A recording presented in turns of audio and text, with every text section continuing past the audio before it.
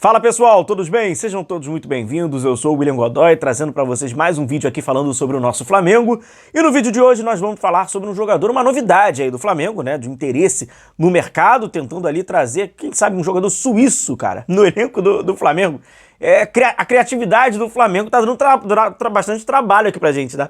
Hoje nós vamos falar sobre Noah Okafor. É um jogador conhecido, tá, galera? Talvez, assim, alguém possa passar despercebido, não conhecer tanto, mas é um jogador conhecido, a gente já viu até em Copa do Mundo, enfim. Vamos falar sobre esse atacante, afinal de contas, ele é um atacante de lado, né? Ele é um ponta, até que na seleção da Suíça ele fez algumas partidas jogando um pouquinho mais por dentro, mas ele é um ponta, tá? Vamos falar sobre esse jogador, o Flamengo tá ali, né, buscando algumas novidades no mercado, e o Okafor é aquilo. Seria para fazer a função, jogar na posição de Everton Cebolinha e de Michael. Então por isso eu já adianto a vocês. Caso o Flamengo contrate esse atleta, não vejo sentido o Flamengo manter o Michael e o Cebolinha. Algum jogador certamente seria ali negociado, o Flamengo tentaria negociar.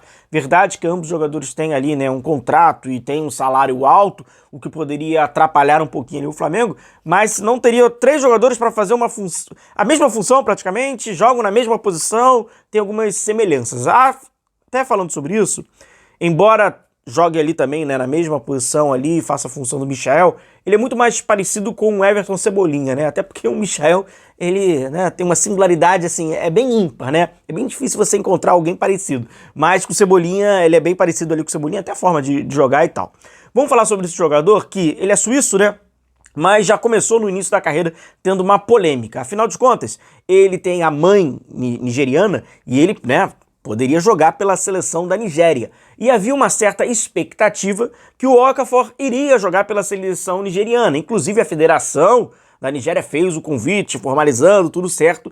Afinal de contas, quando ele ganhava um título, algo importante, desde muito jovem, eles botava ali a bandeira da Nigéria, né, sobre ali as costas, os ombros e tal. Tem várias fotos, vários registros. E aí ficou aquela, bom, ele vai jogar pela Nigéria. Mas não, resolveu, né? Ele nasceu na Suíça, joga pela seleção da Suíça, já participou de Copa do Mundo, até jogou 3 jogos da Copa do Mundo, sendo um deles, não jogou nem 2 minutos. Mas assim, enfrentou Portugal naquela pancada que a Suíça tomou, enfrentou Sérvia e a seleção de Camarões, tá? Inclusive o jogo contra a Sérvia foi o jogo que ele só entrou no... jogou 2 minutos, quiçá 2 minutos. Eu acho que nem isso. E aí teve essa polêmica, mas acabou sendo um jogador aí defendendo o país que ele nasceu. Joga pelo lado e se destacou muito no Salzburg, que é uma das franquias do Red Bull.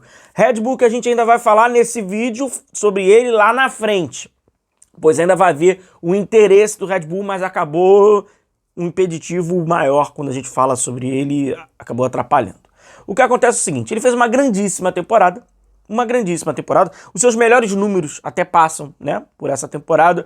Na minha opinião, a temporada 2021 dele é uma temporada especial, que ele foi muito bem e tal, e aí desperta interesses de clubes maiores. Nessa despertar interesses maiores, despertou do Milan. E o Milan fez algo que é muito engraçado, que até o Flamengo fazia isso, e alguns outros clubes brasileiros também, era nosso aqui.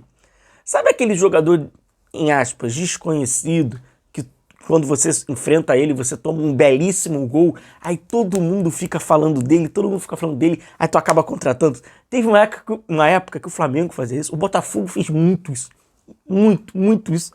Aconteceu com o Milan, ele fez um belíssimo gol contra o Milan, e aí, meu irmão, contrataram o cara, então ele foi de imediato pro Milan. Chegando no Milan, muda o calendário e aparece um problema que já vinham acompanhando desde lá de trás no Salzburg. Lesão. Galera, vamos lá. Esse aqui, né, é uma parte apenas do histórico de lesão do Noah Okafor. E aí tem de tudo, né? E a gente precisa aqui enfatizar os quase 100 dias, né, que ele ficou fora, já tendo ali no Milan, já pega uma parte na fratura, né, do metatarso, e a partir dali, se você observar bem, muitas lesões musculares. O calendário da Áustria, ele é bem diferente do calendário da Itália e é muito diferente do calendário do futebol brasileiro. Isso tem que ser levado em consideração. Se você observar, a frequência de lesão, ela acaba diminuindo. Contudo, você pode falar assim, pô, a frequência de lesão diminui porque também a sua participação também diminui. Também pode estar ligado. Também pode. Entretanto, vamos seguindo. Ele faz essa temporada pelo Milan, de alguns destaques, algumas mais partidas como titular e tal, algumas participações importantes em gols, boas jogadas, o Morata às vezes não ajudava, e aí o Milan vai e faz o empréstimo pro Napoli, que é onde ele fez essa última temporada. Cara, jogou pouquíssimo. Jogou pouquíssimo no Napoli. Pouquíssimos jogos, até porque o Napoli, o time estava tão redondinho, mas tão redondinho, que assim, ia também colocar o cara onde? Não tinha também onde colocar. O Napoli estava muito bem, fez uma grandíssima temporada local, campeão, tudo. Então assim, não tinha. Mas vamos aqui com calma. Primeiro, galera, é o seguinte, esse aqui é o mapa dele no Napoli. Cara, não tem o que ser visto dele no Napoli, a verdade é essa, tá? Falando de liga, ele jogou 15 jogos, beleza, pelo Napoli, só que ele iniciou apenas 5. Tá? Tem pouquíssimos minutos. Só para você ter ideia, hoje, no atual momento, o Arrascaeta tem quase o triplo de minutos jogados que ele tem durante toda a temporada pelo Napoli. Só para você ter ideia, também o futebol brasileiro, né? Metade da nossa temporada é quase uma temporada inteira, mas é só para você ter ideia, tá? Pouquíssimos minutos jogados e tá ali, né? No seu mapa fica claro, né? Ponta pelo lado esquerdo. Vamos para o Milan, que também jogou muito pouco. Digo como titular, frequência de minutos também, não chega nem a 1000 minutos jogados, e tá ali, né? Ele atuando pelo lado esquerdo. Contudo, apesar desses pouquíssimos minutos, é um cara que tinha, como a gente fala muito no futebol, né? Expectativa de gol, né? Aquele cálculo que tem, né? Muito alto. Porque é um cara, né, muito incisivo, que tem esse duelo, né, contra o defensor muito bom, sai para os dois lados, né? Tecnicamente, ele lembra o Everton Cebolinha. Se você olhar conduzindo a bola, a forma, lembra bastante, né? Sai para os dois lados e tal. Eu acho que o Cebolinha tem uma finalização melhor, talvez, em grau de comparação. Mas, então, a expectativa dele é muito alta, porque ele cria muita oportunidade, por conseguir vencer esses duelos de 1 contra 1, né? Esse é quando a Copa do Mundo é bem tímido, né? De fato é bem tímido a participação dele, muito jovem também, e quando entrava, jogava de tudo, né? Jogava pelo lado direito também e tal. E aqui, eu acho que esse aqui é o mais importante. É no futebol da Áustria, na Liga, né? Olha para você ver como a frequência é muito baixa, né? São 18 jogos que ele fez, 12, né, como titular, sendo aí muito importante na reta final do campeonato. Eficácia 86%, passe no próprio meio campo 92%. São os números individualmente, os números dele, perdão, é muito alto. O de agora, no Napoli, não tem muita coisa. 15 jogos, Série A, né? Campeonato italiano. 15 jogos, 1 gol, nenhuma assistência, não tem cartão, não tem expulsão, nem cartão expulsão.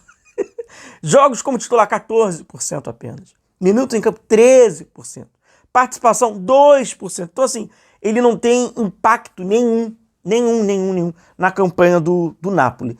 E no histórico de lesão, que tem que ser analisado, e eu acho que ali coloca uma interrogação importante, a gente tem ali, né, na temporada 22-23 é quando piora, 124 dias, e aí tem 83 dias, 65, ele perdeu alguns jogos. Não perdeu mais jogos porque o calendário é um pouquinho mais equilibrado. Por exemplo, tem um período que ele fica 24 dias sem atuar. 24 dias sem atuar no calendário do Napoli, ele perdeu apenas 2 jogos, pois coincidiu em semanas que havia apenas uma partida. 24 dias no futebol brasileiro, sem exagero, ele perde cerca de 6 jogos.